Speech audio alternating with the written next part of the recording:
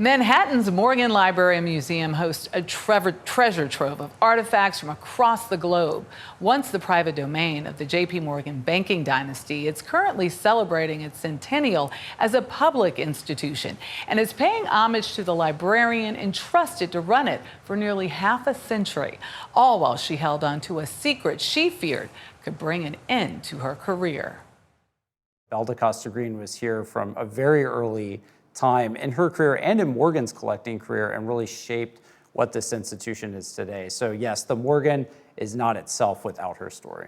She can't be erased. Oh, no. 120 years ago, Belle Green was hired to organize the personal library of famed financier John Pierpont Morgan, as in J.P. Morgan, and later his son Jack. Both entrusted her to accumulate and catalog one of the world's most valuable collections of books and art for what was then known as the Pierpont Morgan Library, a vocation she was fully committed to for more than 40 years. She was the librarian that made sure that everyone loved the materials that she was showing. There was even a French manuscript that apparently anytime she would take it off the shelf, she would kiss it before giving it to a researcher, and then would do the same thing as she reshelved it. So I think she showed these books a lot of reverence and love, of course. Now the Morgan is showing that reverence to their inaugural director in a new exhibit, Belle Green, A Librarian's Legacy. Here we are. And this is Belle.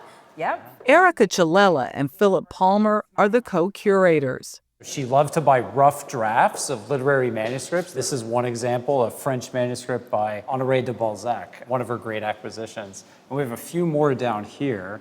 A mix of modern and medieval materials. These are books printed by the first English printer, William Caxton. And you can see a newspaper article here showing Belle Green in the auction room $50,000. Exactly. And this same year, she gets a raise to $10,000 a year, which is almost $300,000 today, and becomes really quite a celebrity in the papers. Celebrity that also afforded her access and respect not often given to independent, unmarried women of her time.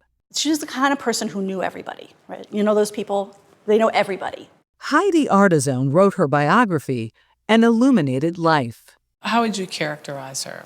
Belle Green could be a lot of different things. She could be gruff, she could be charming, she could be manly, she could be feminine, she could be silly, she could be dead serious. She was an extraordinarily complicated personality. Perhaps because she was hiding a secret. She lied about almost everything for, it turns out, some very good reasons. J.P. Morgan biographer Jean Strauss became fascinated by the woman known as the soul of the Morgan Library and set out to uncover her real story. Not an easy task. Green destroyed nearly all of her personal papers, but there were rumors based on her appearance. I followed the clues that she left about herself. I went to Washington, where she was born. I got her birth certificate, and the options on a birth certificate were, at that point, were W for white, C for colored. Her birth certificate says colored.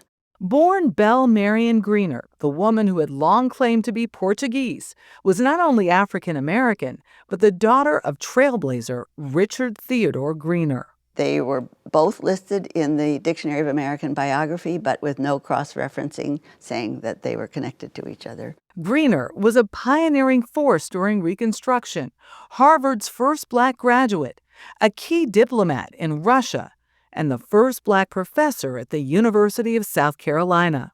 But in a society where skin color determined access to opportunity, passing for white became a familiar escape.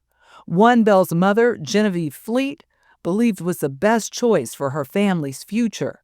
That meant eventually severing all family connections when they moved north and splitting from her activist husband.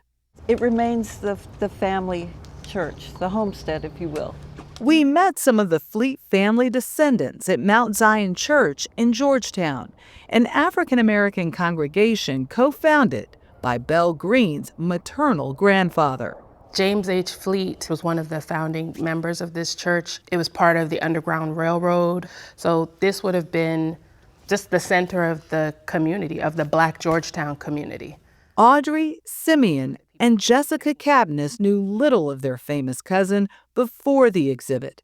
It's just magnificent to behold and to think that this little woman, this little Black woman from Georgetown, brought this all together.